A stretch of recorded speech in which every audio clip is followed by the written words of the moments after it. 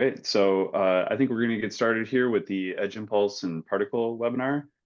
And welcome everyone. I'm excited to talk about kind of the work that Owen and I have been doing with Edge AI and connected devices.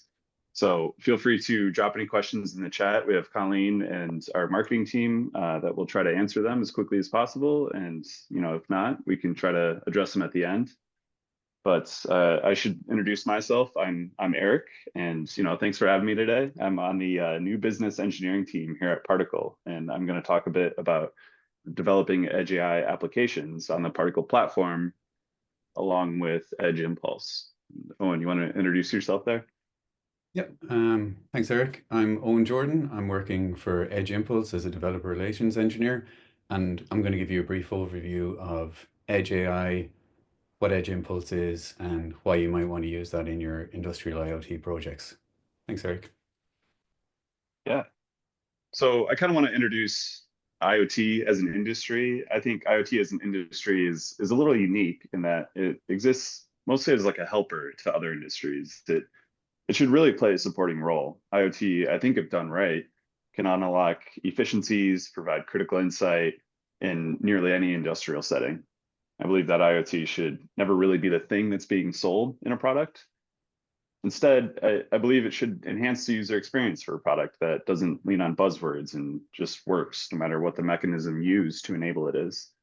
And I think the same can be said about AI. And when you combine a connected device that is capable of making near real-time decisions you might end up with something that's really useful. So similar to IoT, AI, I think should exist in the background as something that just works and might enable a whole new class of utility for your system. When considering developing an AI system, there are generally two options you have. You could, one, stream all the model input features to something that's running on the cloud, or two, you could bring the model down to the device and compute those inferences on the edge. And as compute gets cheaper, smaller, and more efficient, bringing the model down to the edge becomes increasingly realistic than it ever has been. This bringing the model down to the edge unlocks a number of advantages in reliability, speed, efficiency. You're not relying on your device to have 100% connectivity. You're not limited by your ping duration. But once you train your model and ship it out into the world, it becomes pretty difficult to iterate on, and you should definitely not expect it to be in its final state. As great of engineers as we all are, you can't possibly predict every scenario that your system is going to see while it's deployed out in the field. And as the designer of the system, you should really consider a pipeline that can introduce new data back into your model. And so if you've chosen to bring your model down to the edge device, connectivity is still a critical component if you want to continue to improve and evolve your system. I think you should always consider how you're going to be flagging and gathering data for situations that you might not have predicted during the development phase. This continuous improvement loop is something that connectivity really enables. And so I'll hand it over to Owen to talk about how Edge Impulse is revolutionizing machine learning at the edge. Thanks, Eric. Yeah, so Edge Impulse, we put ML into real products, and that's kind of important because as the industry grows and we're starting to see more of these products in reality, it's starting to become more prevalent. If we take a step back to like when this actually became possible, it's only really become possible to run these kinds of algorithms on microcontrollers since about 2018. So seeing real products enter the marketplace is just very exciting. You can see we got an award in 2022 as well for Cool Vendor from Gartner, which is a very prestigious one to get. So yeah, maybe we can go to the next slide. So I just want to talk for a moment about Edge AI and where the term comes from. So AI is a very broad area. Everybody is acutely aware of the transformers and LLMs that are happening at the moment. Today we're looking at machine learning, a subcategory of AI. So where this is happening is at the edge. taken from edge computing, the edge of the network, so where your IoT devices live. So combining these two terms together, we get edge AI. And it's now possible to run algorithms like we'll see today on sensor data on your particle devices. And I think that's it for this slide. I think that's as far as I went. So machine learning is broadly broken into three categories: supervised learning, unsupervised learning, and reinforcement learning, something that we're not really going to be looking at today, and it's not become um, prevalent in the market. So with our sensor data today from the load cell, we're going to be performing some regression. So we're going to use values that we've previously seen and try to predict uh, the future values. And where this becomes really useful in an industrial scenario is predictive maintenance. So we're able to estimate when or how this load cell is performing while it's out in the field. And we can go on to the next one. And anyone who's worked with embedded software before, like Particle, I'm going to assume that any of the audience here have worked with Particle before, or Arduino indeed. So the code that you can typically make for an embedded application is rule-based. You can have a sensor, like a temperature sensor, that when it goes beyond a certain threshold, it will trigger something. It will actuate a servo or blink an LED. So where this shift comes with machine learning is that we can now do more complex rule-based systems, and we can do things like we weren't able to do before: predict patterns in sensor data or detect objects or people, and build our systems around this at the edge, partially connected or fully connected devices. And it's just amazing to see this happening in real life. So if we can go Yeah, on to the next. Oh, sorry. I think it. I was just going to say, I think it makes it really easy to deploy when you have something so familiar like a Arduino IDE. You're not having to wrangle like a Zephyr RTOS or something like that, and it's something that most of us start with to begin a project, and you're able to just compile it down to what you're familiar with. So I think that's great. Yeah, I mean, we're doing a very high level here today, so we're not going to go too deep into the integrations, but we will touch on some parts of that. Thanks, Eric. Yeah, so let's take a look at what's happening here. So we can click on to the next one. Yeah, thank you. So we're training our embedded machine learning algorithm. This happens on the Edge Impulse platform. So we're going to build our model or train our impulse using data and a data set that we've built and labeled on previously seen data. And we will use the deployed algorithm to be able to predict or infer what outcome uh, what outcome happened based on new data. So yeah. So you can see here for keyword spotting, for example, we can get a confidence score that yes has been seen, and then we can build that into our code. If it goes beyond zero point 0.7, then we know yes has been detected, and then we can move on with our Arduino based code and build out our logic. So the deployment happens as a particle library or a C++ library or your chosen platform. You can move on to the next. Thanks. So what is Edge Impulse now that we kind of have an understanding of what we're trying to build here? Edge Impulse is an industry-leading Edge AI development platform, and it helps you take your teams take any data, develop any model, and deploy to any target. And that's really powerful. You can take your existing model, you can upload it to Edge Impulse as a platform, and you can deploy it to your fleet of devices or your new device that you're working with um, on your dev kit or your dev board, or your embedded engineer can do so too.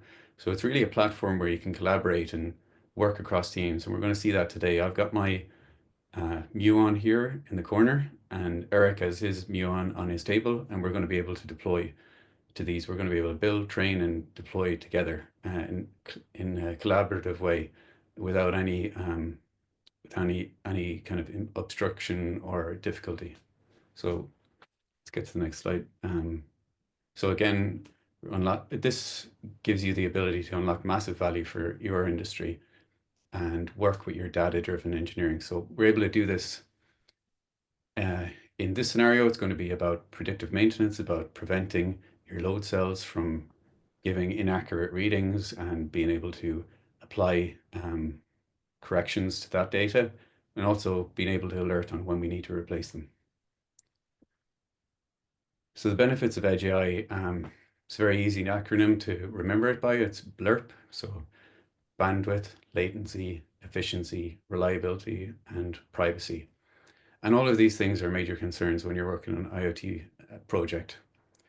And when you're working with a IoT platform like Particle, you're going to be secure. You can rely on your privacy, but you may want to send less amounts of data for power concerns, for efficiency, and for latency as well. If you want to make a decision at the edge, it's better to do that where the data is being produced. So how Edge Impulse solves top edge ML challenges. You can see 99% of sensor data and device data is discarded. So although we have all of this data that's traveling to our platform and to our databases, if it's not being actioned upon, it's kind of a waste. So current ML tools are not designed for the edge. We enable developers to enterprise-wide build ML solutions natively for edge devices and amplify with your ML experts. 87% of AI ML projects fail due to infrastructure complexity. So again, having a way to reduce the complexity here is really valuable for your products. And difficulties in building smart products, product experiences, again, this is kind of the same point. So move on to the next one. We're powering the largest Edge AI ecosystem. We've got 160,000 developers currently and growing, and we've got 400,000 developer and enterprise projects. We're trusted by leading vendors as well. You can see many household names here in our vendor list. So we can work with any sensor, any data, and any use case. Today, we're primarily looking at use cases for the Muon, which is in our high-end MCU to NPU category.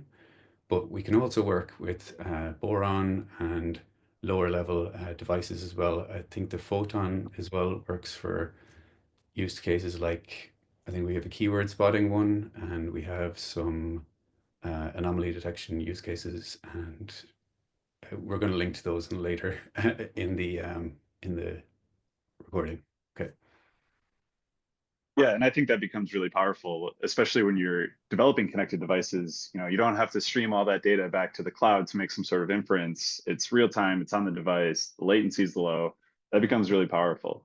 You still have that connected layer so you can make changes and get information about how your model's performing, but you don't have to rely on that connectivity for the core application. And I think it's worth noting that, IoT is deep and wide.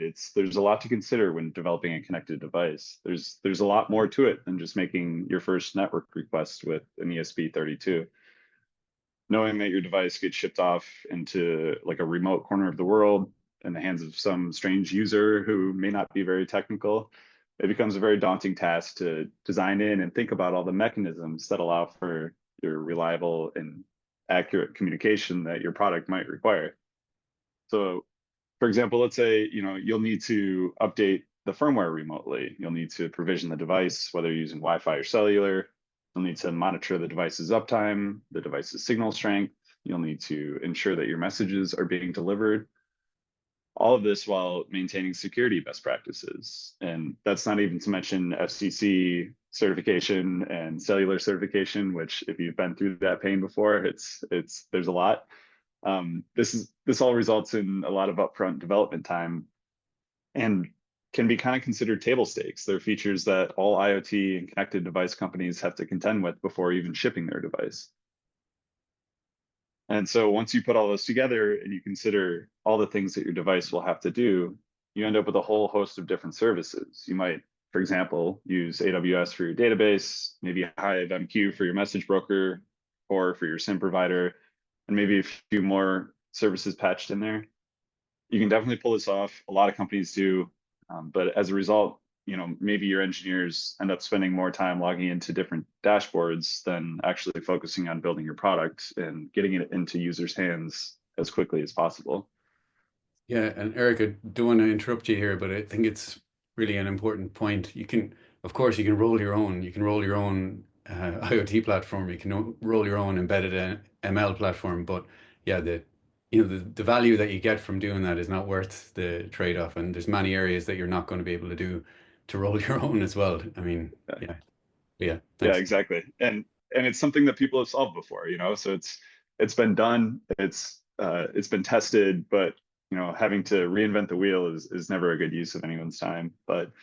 And once you consider all these, you might end up focusing on the wrong thing. And so it can become pretty brittle. And this is what Particle strives to simplify. For all the tooling that IoT devices kind of are considered table stakes, Particle allows you to focus on the things that sets your device apart. Maybe it's branding, it's user experience, it's great design. Leave debugging why that cellular tower in Texas sometimes drops LTE messages between 2 and 4 a.m. up to Particle and focus on the important things. So with the Particle device, you can start working on the important features of your product right out of the box. There's no need for tracking down SIM providers or worrying about carrier certifications. And with the free tier of Particle being the first 100 devices on the platform are free, that allows your beta units to get into users' hands week one, maybe, allowing you to start testing and reducing the barriers to entry for your device. So along that same vein, we offer a number of modules for a variety of use cases. From left to right, we have a spectrum of customizability. Our SoMs, such as the M-SoM and the B-SoM on the left, typically require supporting hardware and are intended for larger scale operations. They're usually sold in trays at quantity. However, each SoM can be used with a Muon carrier board. And as a result, you can get straight into firmware design right away. The Muon carrier board, in this case, uses a Raspberry Pi form factor. So many of the off-the-shelf hats will work with the device, allowing you to prototype very quickly. And finally, on the far right here, we have gateway products for those just works applications. These gateways are fitted with backup batteries, waterproof housings, and they offer no-code configuration tooling. These devices also include additional hardware features like GPS, CAN bus, and IMU, so you can stick them just about anywhere and start monitoring your equipment with very little to no custom development. And for this demo that I'm going to be introducing later, that Owen alluded to with the load cell regression model that we're going to be displaying, where I'm using the latest module from Particle, which is the M-SoM. And M in M-SoM stands for multi-radio, offering both Wi-Fi, cellular, and Bluetooth for redundant connectivity. We also have a satellite variant that's in development, so stay tuned for that. The M-SoM includes a GPS module on board as well, which some of our other modules do not include. It leverages the M2 form factor, so it can be used with a variety of different particle development boards, such as the Muon. Muon, in this case, is intended to be a companion board for a device like the M-SoM. Muon offers a M2 connector and can be used with any of the particle SoMs that we offer. It also supports some additional hardware, such as a LoRa radio, Ethernet, temperature sensor, battery connector, USB-C, and a quick expansion header.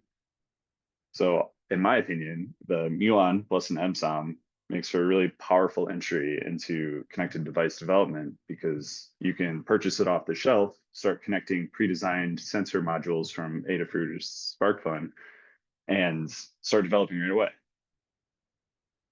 And I'm going to be showing off an example of that. So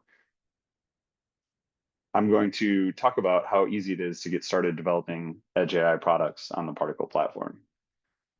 This project is going to explore using a regression model developed using edge impulse in order to compensate for load cell drift. As someone who maybe has worked with load cells know that under continuous loads, swings in temperature or humidity, exposure to vibration, all of this can result in readings that might drift over time that reduces the accuracy of your system. There are a number of ways that people compensate for this drift, but they can grow increasingly complex as the system is exposed to additional external factors. To approach this problem, we'll be using a learned regression model, allowing me, the developer, to more easily handle multivariate factors that might result in like a nonlinear drift that's hard to predict.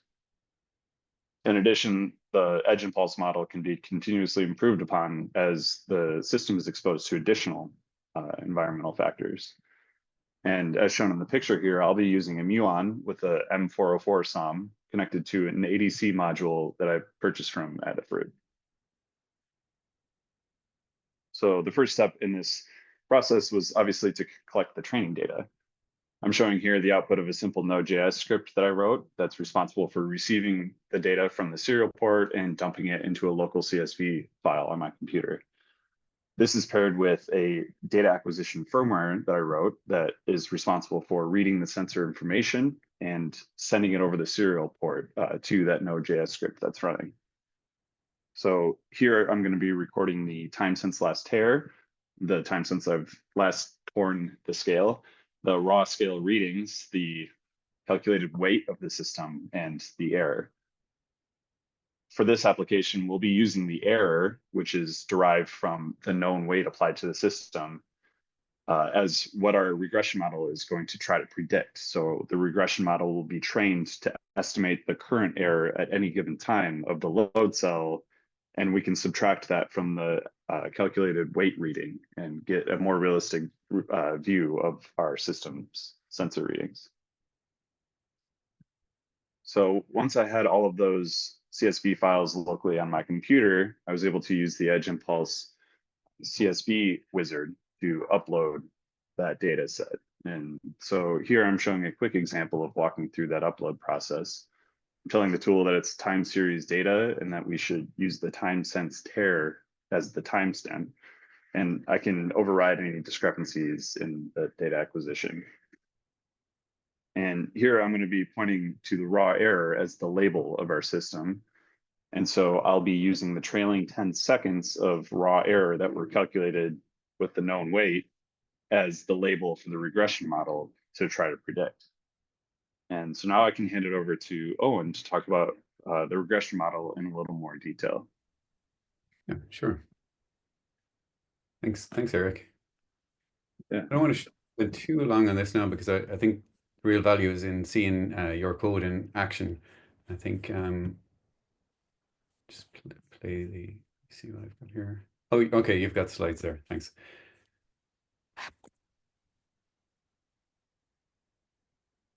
Okay, so our regression block, as Eric alluded to, and I've included here, is similar to if you're familiar with linear regression, you're able to predict the next value in a sequence, and we're using the error to compensate here.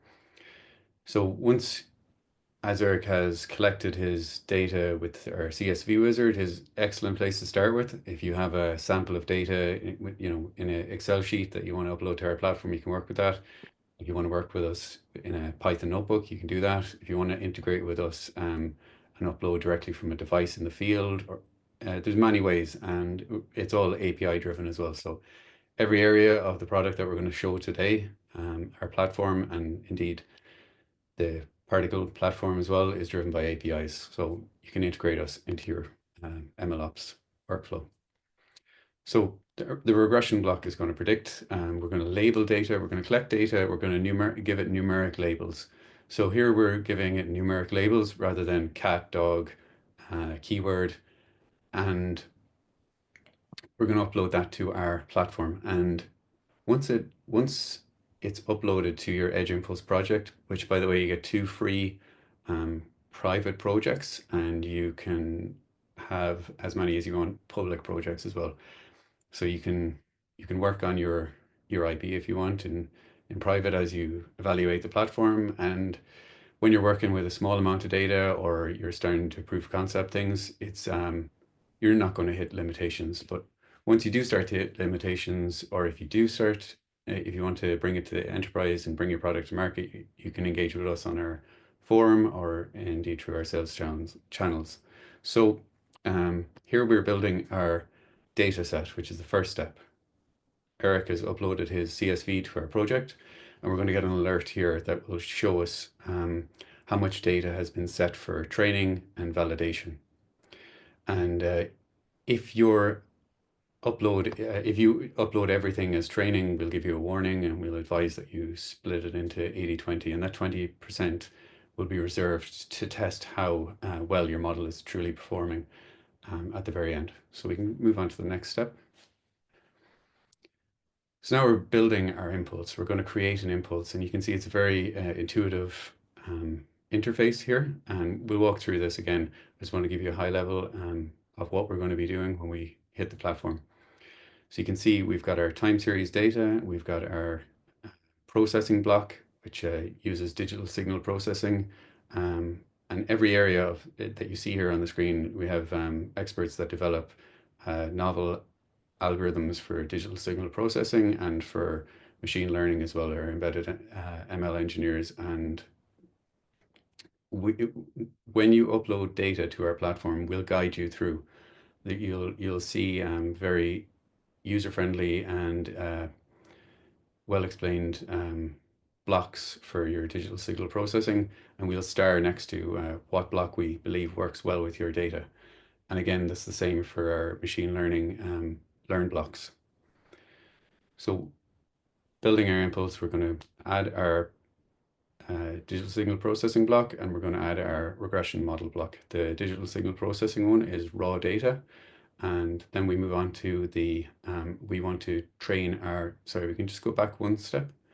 So yeah, this is where we train our regression model, and you can go with the default settings. It's the best place to start. Just upload your data, go with the default settings. We have auto ML step called the Eon tuner, which will go back through your project, and you can, it will tweak all of the hyperparameters, and it will serve you up with results that work best for your project. And you can optimize that for RAM or ROM, depending if you want to build some, as we said, more complex logic, or if you want to build in your, as we're working with IoT, it'll be your connectivity portion of your program that you need to include your particle library and all of your, if you've got a connected device, you'll need to do that as well. So that's pretty much it for training the regression block. We can move on to the next step. And now you're able to test your model. It will take our 20% portion and we'll see how well it performs. And you can connect your device either in the field or directly to your computer and run the model on there as well if you want to see how it's working on the real hardware. But we have the model will be emulated here on our infrastructure. And once yeah, I'm sorry, go ahead. oh yeah, I was just going to say that once that model once you get to the deployment, you can deploy it as a C++ library, particle library, Arduino library, in which is what we'd mainly be focusing on here. Yeah. So do you want me to go through the, I'm not sure what's the next step actually in this. Yeah, if you want to kind of talk about the Edge Impulse dashboard and how the regression block looks in practice for this project, Okay, yeah, would be a we good can place do to that. start. Yeah, so I'll give a walkthrough now.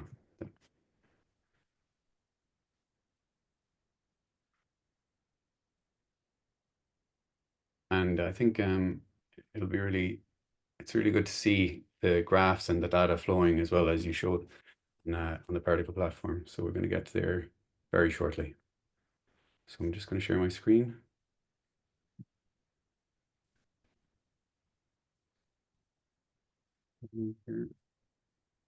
Yeah, and I can say as someone who had never worked with Edge Impulse or Edge AI really in general prior to this project, it was kind of incredible how simple and intuitive the Edge Impulse platform was. I remember reaching out to Owen to ask if I'd done everything correctly, and like how did it? There's no way it was that easy, you know. And he assured me that everything looks fairly good. Yep. Thanks. So looking at the data here, you can see here's one of the portions of data that we've captured and we've given it the label. As a part of our training test split, we can separate that out. So I'm just going to move on to the create impulse portion because I think this really shows how easy it is. Easy is not always a bad thing as well. It's easy to get you started, but you can get in as deep as you want here as well. I'm going to show you later how we can get into the Keras code. You can write your own blocks. You can build your own custom blocks for all of these sections as well. So the raw data is what we're going to start with here. And I believe what you were working with was, Yeah, I believe it was just the weight calculation in this case.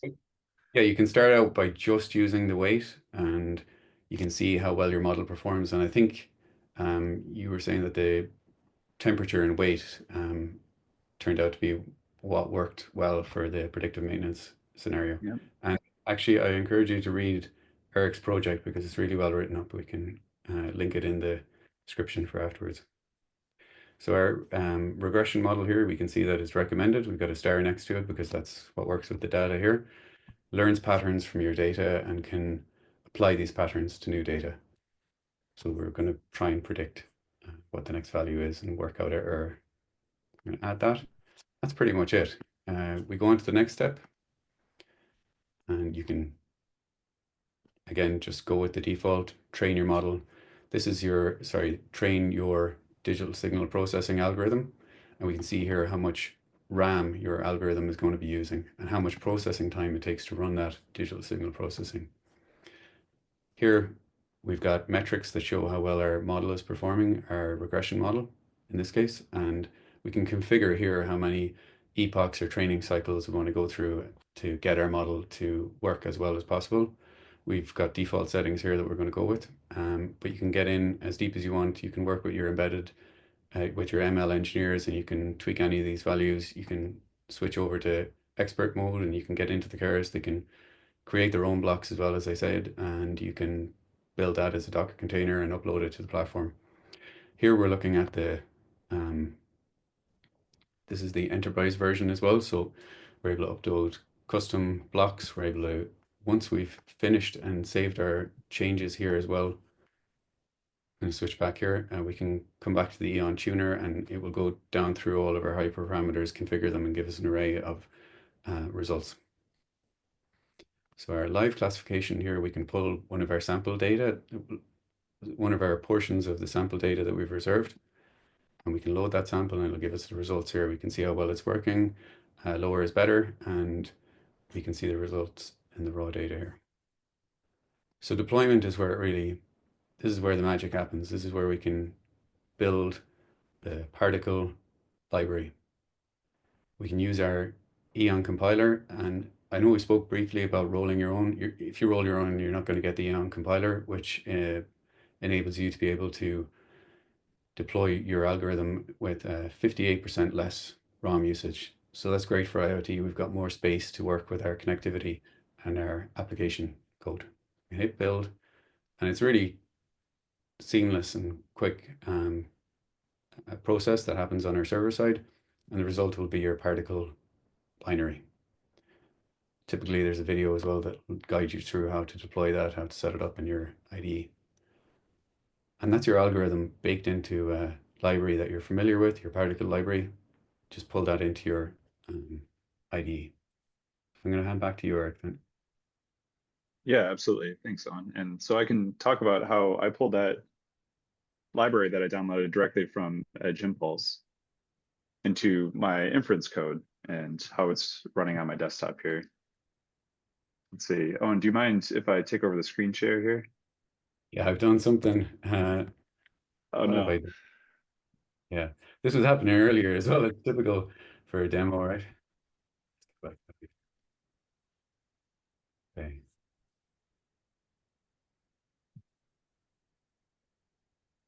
Now, there you go.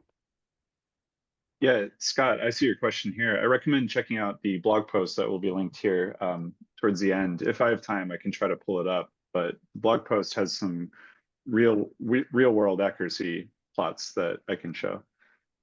But Yeah. let me show my desktop here. Let's see.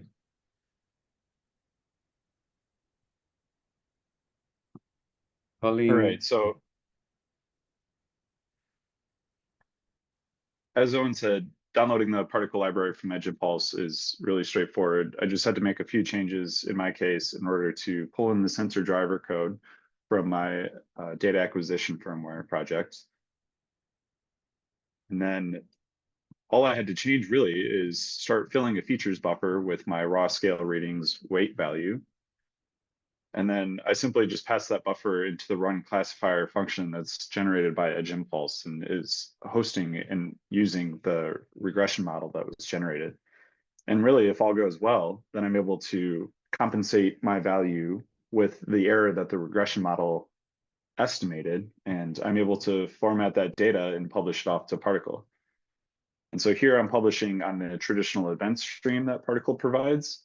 And just below it, I'm using a new Particle feature that's called the Particle Ledger. And so the ledger in this case can be kind of thought of as warm storage of your device. And so I'm able to understand this current state of my device at any given time based on its state in the Particle cloud. Instead, the traditional way that you would get the information, let's say the error of the load cell at any given time, I would have to make a request all the way down to the device, requiring that device to be online and available. And so here you can see the device, running on my desktop here. It's got a little 3D printed load cell connected to that module, the ADC module, and it's running on the Muon using an M404. And this is obviously connected via cellular, so it could be deployed anywhere in the field. And on the particle side, I can monitor that device at any given time. And so here I'm watching the data stream through the particle console. I can get information about that device, such as the signal strength, the cellular quality, what provider that the device is on. It will automatically choose the most appropriate provider based on signal strength, its current battery value, the firmware that it's running, and a whole bunch of information about that device. And I can show off that ledger instance that I talked about too. This ledger instance is in JSON format and is available to maybe a web application at any given time. And I'll show an example web application here in a second, but the really powerful thing about Ledger is I can grab it at any time and get the current state of my device and its configuration, like I said, without having to wait for that device to be online next or continuously load and listen to that event stream that's coming through. And so I have a dummy little web app here that I'm running that I'm grabbing that Ledger instance periodically. You can see the spike from when I just picked it up to show it to the camera, but I'm able to benchmark the regression model and see how it's performing. I'm showing the compensated error, the uncompensated weight. I'm exposing a few different cloud functions to my web dashboard so I can zero my scale, I can calibrate my scale, I can set the current weight of this setup. And I think that brings up an important point that this dashboard, knowing the compensated error, is absolutely not a realistic scenario because in the field, your device is not going to have the ability to understand what weight is currently being applied to it in order to derive that compensated error. And so this web dashboard might be used as a calibration tool, as a tool that's existing on my engineers' desks that I'm able to monitor the performance of my latest model that I've deployed out into the field. And I can benchmark this with a number of different devices, and I can come back to the particle console and upload a new firmware and view its performance using this web dashboard. And so let's say that I've been viewing this dashboard for some time. I've developed my regression model. I've trained my initial data set, and I'm starting to suspect that maybe temperature or humidity has a strong correlation with the compensated error that I'm seeing on my dashboard. EdgeImpulse and Particle makes it really easy to bring that data that you've already gathered throughout the field deployment back into the EdgeImpulse environment and manage the firmware of your fleet. So in the particle console, let's say I retrain my model with that new model feature, the temperature, let's say in this case, and I'll let Owen talk about that in a second, but I do want to emphasize how easy it is to manage the firmware that's running on my devices at any given time. So if I've retrained that model, I've compiled a new firmware version, and I'm ready to go deploy it, but I want to make sure that my devices in the field aren't getting a new untested firmware. And so I can sort my devices by, let's say, a beta group. And so I can remotely update the devices that are in a controlled environment with known parameters. I can monitor that web dashboard for some time and view how my new firmware performs in that beta group. And then once I'm ready, I can release it to the broader fleet of devices once I've have confidence that those devices are performing in a satisfactory manner. And so now I can hand it over to Owen to talk about how you might come about approaching machine learning operations and how to improve your model continuously throughout its lifetime. Uh, And to to do that, let me pull up the slides once more. So one sure. second. Thanks. And while you're doing that, I know we just had a great question there from Scott in the audience, the attendees, who was asking pretty much what we're going to get into now here. We're not going to get into it in depth though, because that's a whole webinar in itself, and building the integration and discussing how all of that is going to work. So active learning with edge impulse and particle. There are many ways that we can integrate here. I pinged a detail here. Sorry, pinged a link to our previous webinar where we built a webhook and we integrated our ingestion API, so you're able to upload data directly from your device in the field. You're able to fetch the samples. You can. I'm a load cell guy. Okay, good. Yeah. No, no, we're good on that. We're good on that slide. I'm just reading the question there from Scott because it was. Yeah. Okay. I definitely want to hear more about load cells from Scott, and hopefully he'll hit us up in the forum about load cells. Yeah, that sounds awesome. Cool. So deployment and iteration. Where are we now? Okay. Yeah. So active learning. This is about closing the loop on your device when it's in the field. So these things don't exist in a vacuum. Once you get your load cell out into the field, or if you've got a camera that's built a nice little project with my daughter where we were detecting if a strawberry was ripe. So it was just kind of detecting if it was green or red. And kind of the analogy I had here was, if you tried to pick a different type of fruit. If you sent that camera into, another farm that had different types of fruit, that's an unanticipated scenario. It doesn't matter how big your data set is, uh, or how much dollars you spend to build it, $10,000. There's always going to be unanticipated scenarios when your model gets into the field and into production. And there'll be model drift as well. Like, things change. The load cell starts to degrade, and your project is really interesting here because it starts to what you're doing is showing how to compensate for the degradation. So once we're in the field, we need to get more data back. We need to be able to deploy more data, and that's where IoT platforms play a huge role here as well, because you need to be able to get that out to your device, update it in a reliable way. OTA is what they call it, over the air update. Everyone's familiar with this who has a cellular phone. You frequently get updates, and Particle handles this seamlessly. And yeah, so that's pretty much it for the why we need to be able to contact the field. And here's ML ops is anyone who's familiar with the DevOps practices will kind of see that it's a combination here of machine learning and DevOps. And it's about being able to be in touch with your device in the field, being able to be in touch with your ML algorithm when it's in the field. And I've just put together a sample architecture here. So how you could integrate your Edge Impulse platform with your IoT platform. So once you've got your sandbox section of devices in the field, define however you want to define that group. It's I believe it's called. How do they refer to that in Particle? It's well, it's your fleet of So devices. field. Yeah, so we Yeah, can reserve it's a portion. Yeah, we can sandbox a portion of devices where we want to test out our beta on. So in this scenario, Eric has a device on his table that he's going to update and validate that it's working, and then he's going to be able to um, flash that out to the entire fleet, which my device is part of. So when we're sending data back to the Edge Impulse platform to your project, we can iterate over that project and version it. You can roll back as well if you want to, and we can build our own triggering systems. Like when we want to update that device, do you want to update it when it's got a better quality model uh, from model metrics? Do you want to update it when it's got better optimization for the hardware, or do you want to update it just simply whenever there's new data added to the project and the model has been trained? So you can build that logic yourself, and it's very seamless to do that with Particle and webhooks.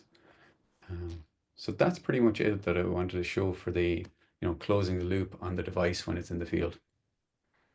Yeah, absolutely. And I think, as you can see, particle combined with edge impulse makes it really easy to get started connecting a connected smart device in this case.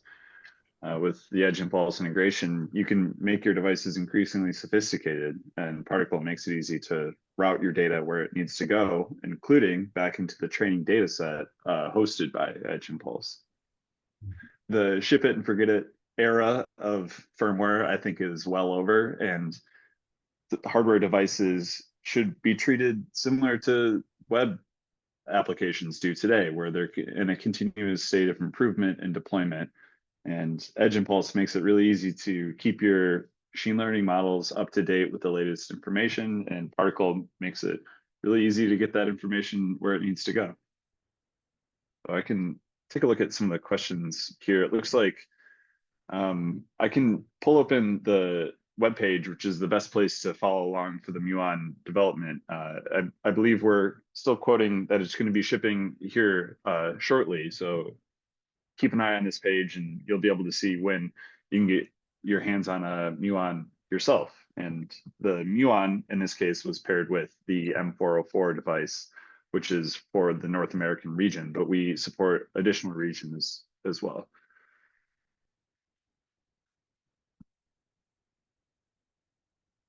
Let's see, any other questions? So there's a question about how data is labeled in real time. I think it's important to mention that this web dashboard that I'm displaying here is inherently labeled itself because I'm adding a known weight to it with a compensated error that I can calculate quite easily based on the calibrated weight. Now, you in this specific scenario, you won't be able to label training data in the field itself because obviously you'll not have access to that known weight value in order to calculate the compensated weight, the compensated error. And so I think with particles tooling and edge impulses tooling, it makes it really easy to kind of deploy a test fleet of devices and manage their specific applications and firmware versions as they start to publish data back into the edge impulse model, while simultaneously you have devices in users' hands that are being used and abused essentially. And actually, through the when you're building your webhook or if you're working with our ingestion API, you can send the label as part of the request. So that as we uploaded the data with the CSV wizard, and it was all labeled, you can label it from the field as well. So if you have a reliable source of the value that you want to add to the label, you can totally do that. Yeah, that sounds great. Are there any other questions that we can help answer here? I think somebody asked about the presentation file, and I believe it's going to be included once we upload the video.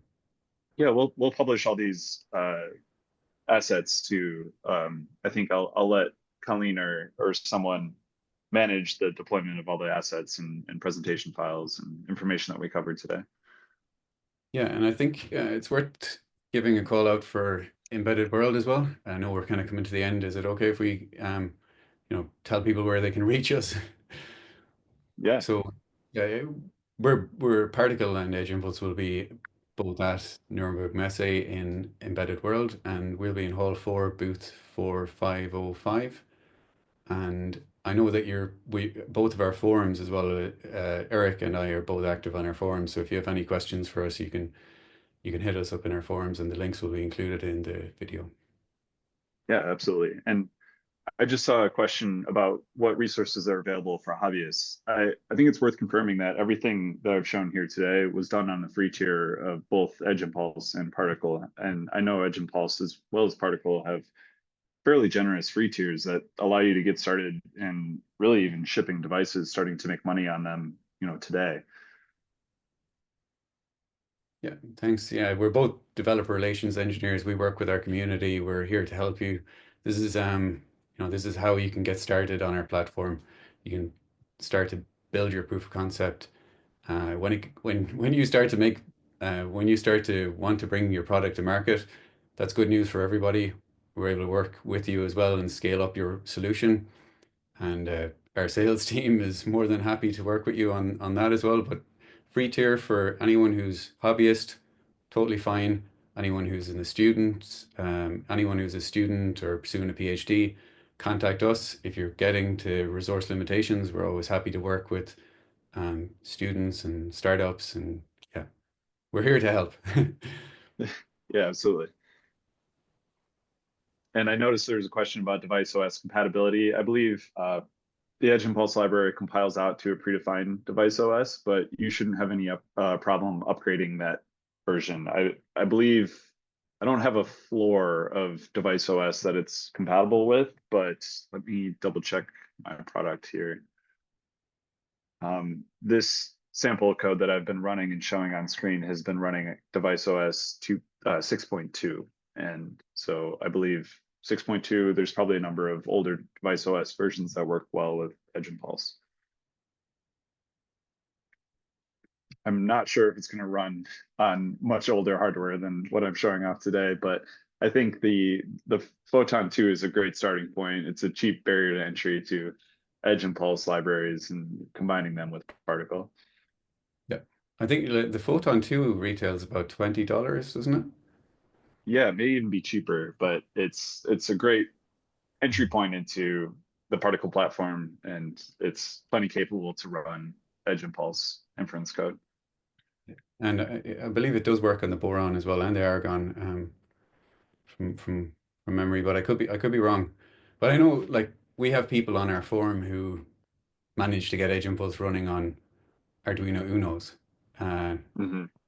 you can do it, but there won't be the support there. It's much easier to just pick up a device that is so cheap for saving all of that pain of getting it to run on legacy devices. Unless you've got a fleet of these devices already that are in the field, yeah, that's brownfield kind of deployment. But if you're investing the time to get it to run on an old device just because you have it there, it's just not going to be. It's not going to be worth your time. I don't think. You could probably do it. Hit us up in the forum. We'll be more than happy to help you, but it could take a little bit longer than you're going to get the value of. High tolerance for pain. Yeah. I mean, I love doing that. I love like doing like I do like I think it's probably just in us as like hardware hackers and Yeah. tinkerers in general. Like, we just enjoy this kind of pain, but I wouldn't be advocating Masochist. anybody else to do it. Yeah, right. Well, good. Any other questions that we can answer while it looks like we have about 4 minutes left here.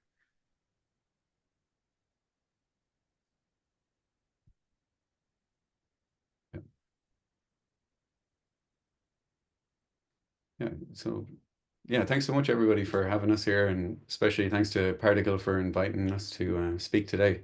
It's very enjoyable. Great Yeah, question. thank you for joining us. That was fun. Okay. Um, I guess we've got a couple of minutes left just to see if anything else comes in. Yeah. And like I said, like Owen mentioned, if you're at Embedded World, swing by, say hi to Particles, say hi to Edge Impulse. It sounds like it's going to be a fun show. Yeah. But yeah, I'm not fully sure if I'll be there myself, but I know we definitely will be. And I'll be on the forums if there's any questions. Yeah. And the recording will be posted. I saw a question there, and I know that Particle has an email scheduled to go out to everybody who attended or signed up and didn't attend even. Yeah. So like Owen said, feel free to reach out and take a look at what Particle and Edge Impulse have. We'll see everyone on the next one, I hope. Yeah. Looking forward to it. Bye, everyone.